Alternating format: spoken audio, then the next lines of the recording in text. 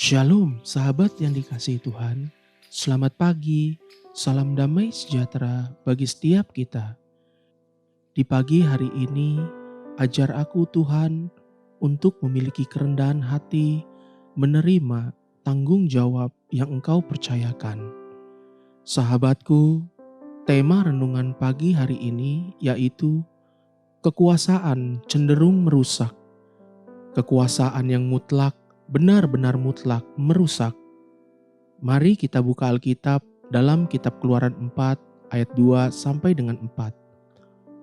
Tuhan berfirman kepadanya, "Apakah yang di tanganmu itu?" Jawab Musa, "Tongkat." Firman Tuhan, "Lemparkanlah itu ke tanah." Dan ketika dilemparkannya ke tanah, maka tongkat itu menjadi ular, sehingga Musa lari meninggalkannya. Tetapi firman Tuhan kepada Musa, sehingga Musa lari meninggalkannya. Tetapi firman Tuhan kepada Musa, "Ulurkanlah tanganmu dan peganglah ekornya." Musa mengulurkan tangannya, ditangkapnya ular itu, lalu menjadi tongkat di tangannya. Pada awal pertama Musa berjalan untuk mengerjakan apa yang Tuhan hendak lakukan terhadap pembebasan orang-orang Ibrani di Mesir. Tuhan mengajarkan satu perkara penting kepada Musa.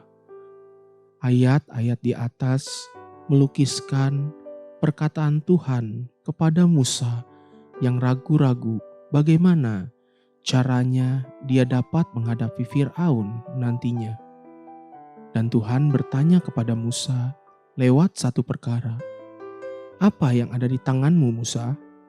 Kita tahu bagaimana tongkat yang ada di tangan Musa atau tongkat Musa itu telah menjadi sarana untuk mengerjakan perkara-perkara mujizat yang sangat luar biasa.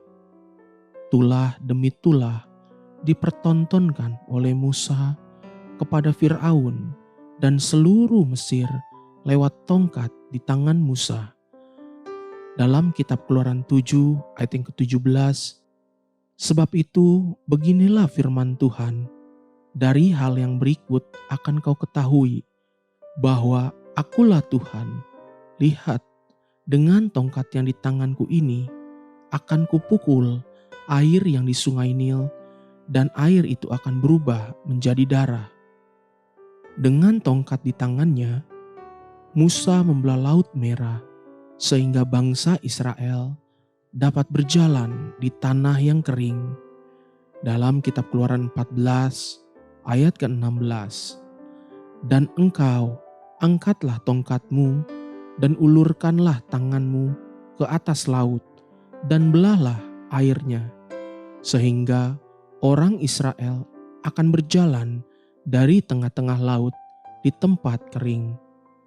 Dalam peperangan melawan Amalek yang diceritakan di Keluaran 17, terjadilah apabila Musa mengangkat tongkat dan tangannya, maka kemenangan ada di pihak Israel.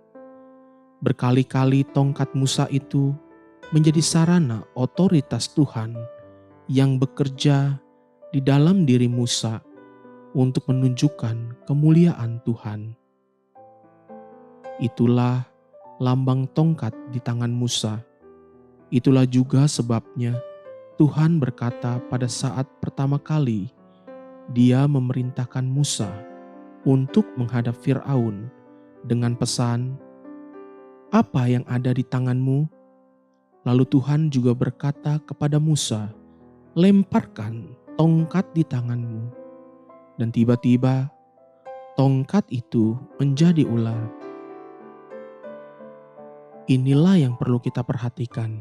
Sekalipun otoritas yang ada pada kita itu ada atas campur tangan Tuhan, namun tidak berarti bahwa otoritas itu dapat kita gunakan semaunya sendiri. John Maxwell berkata, "Power tends to corrupt. Absolute power corrupt absolutely." Kekuasaan cenderung merusak. Kekuasaan yang mutlak benar-benar mutlak merusak. Sebagai manusia, semua kita cenderung tidak selalu tahan dengan kekuasaan atau otoritas yang kita pegang. Itulah sebabnya kita memerlukan orang lain untuk menjaga dan melindungi diri kita sendiri agar tidak jatuh dengan cara berbagi kekuasaan. Di dalam pemerintahan modern, kita mengenal three body of government: lembaga eksekutif, lembaga legislatif, dan lembaga yudikatif. Di dalam perusahaan ada beberapa direksi yang saling menjaga dan direksi diawasi oleh komisaris. Semua hal-hal tersebut berguna untuk menjaga diri kita dari kejatuhan akibat keserakahan. Lalu, bagaimana dengan pertumbuhan rohani kita? Tidakkah kita juga perlu orang-orang lain menjaga dan melindungi kita? Tentulah demikian. Itulah sebabnya setiap anak-anak Tuhan membutuhkan pembapaan rohani dan persaudaraan di dalam Tuhan. Ada saudara-saudara di dalam satu fellowship yang akan menjaga agar kita tidak jatuh. Setelah Musa belajar satu kebenaran ini, Musa kembali dan kali ini firman Tuhan menyebut tongkat itu tidak lagi sebagai tongkat Musa, tapi tongkat Allah di tangan Musa.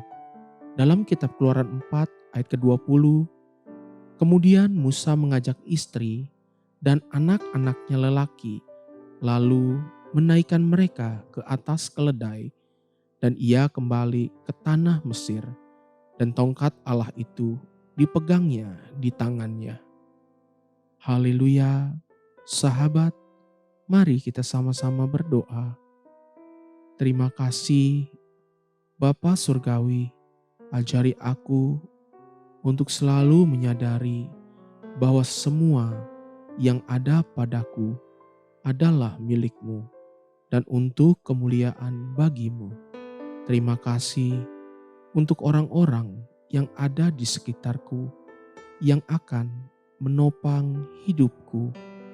Amin. Jesus loves you and so do I.